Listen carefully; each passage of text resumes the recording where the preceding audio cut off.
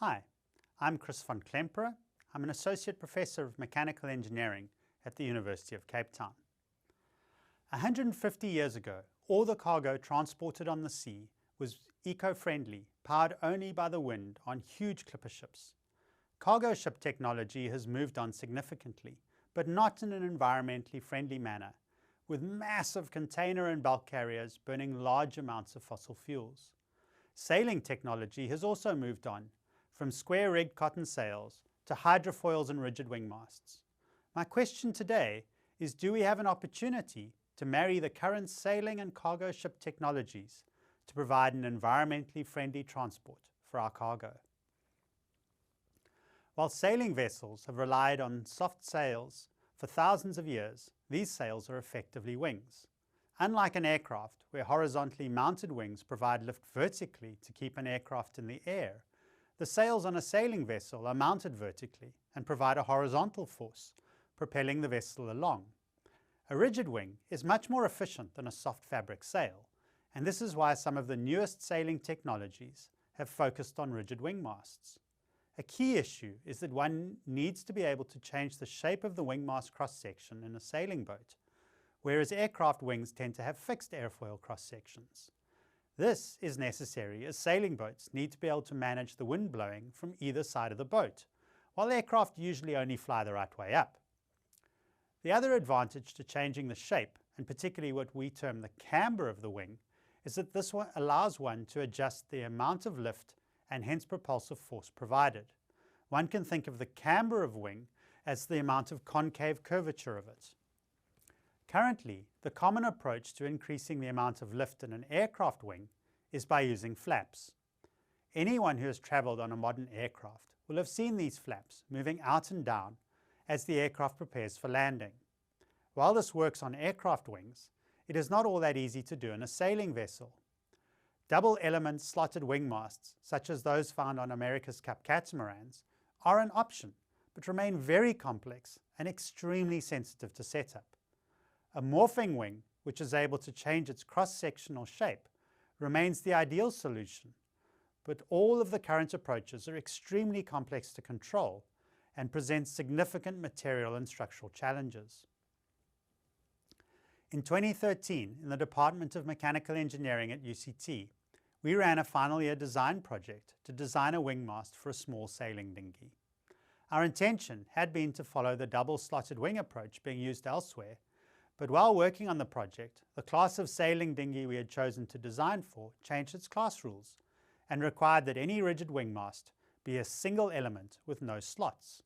After some initial depression and frustration, this turned out to be our serendipitous moment. We were forced to reconsider our approach to the wing mast. Double element slotted wings were out. We needed a simple single element morphing wing. But as I said earlier, these tend to be complex and heavy, not suitable for a small sailing dinghy. Then our eureka moment. I suggested that rather than trying to morph and change the shape of the entire wing surface, what about simply adding hinges or pivots into a standard symmetrical airfoil? This way, we would be able to adjust the shape and particularly the camber of the wing in both directions so that it would be useful in a sailing vessel and allow us to change the amount of lift or propulsion. What followed was computer analyses using something called computational fluid dynamics, or CFD, which lets us model the airflow over various shapes. In this virtual space, we could try lots of airfoil shapes and various numbers and positions of hinge points.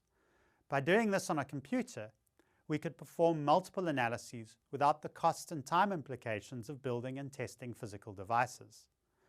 This CFD analysis identified that placing the hinges at the 40 and 75% points of the length or chord of the aerofoil provided the best positions, and a relative angle change where the second hinge pivots or swings 3 times the angle of the front hinge up to a maximum of 5 and 15 degrees respectively gave us the maximum lift or propulsive force. The risk with purely computer-based analyses is that they may be completely wrong, and one has got to physically test some models to prove or disprove your analyses. At this stage, we needed some simple shapes which could then be tested in a wind tunnel so that we could confirm our work. as the shapes being tested were simple two-dimensional shapes, we were able to get these profiles cheaply precision cut out of polystyrene. In a wind tunnel, we could then check that the results were close to the computer analyses, and thus hopefully confirm our design decisions. While the CFD and wind tunnel work was very promising, proof of concept requires that at some point you need to build a full-scale prototype and test it. The control of the articulation also needed to be designed and tested. Over the course of the following 3 years, a scale model of the wing was designed and built using model aircraft techniques. A further project then designed the full-size wing, and finally a full-scale prototype consisting of an 8.25 meter squared wing mast was designed and built. To keep the design as light as possible, the structure was built using carbon fiber reinforced polymer composites, the same materials as Formula One cars. Sandwich panel construction, where skins of carbon fiber epoxy surround a lightweight foam or paper honeycomb core, were used to make the ribs and the leading edge. And the wing was then covered with a heat-shrinking polymer film to provide the skin. This full-scale design was tested on dry land to validate the control mechanism and the effectiveness of the design. The articulating wing design worked really well, providing lift and being easy to control. Unfortunately, the structure had some weaknesses, and a failure did occur in the middle section.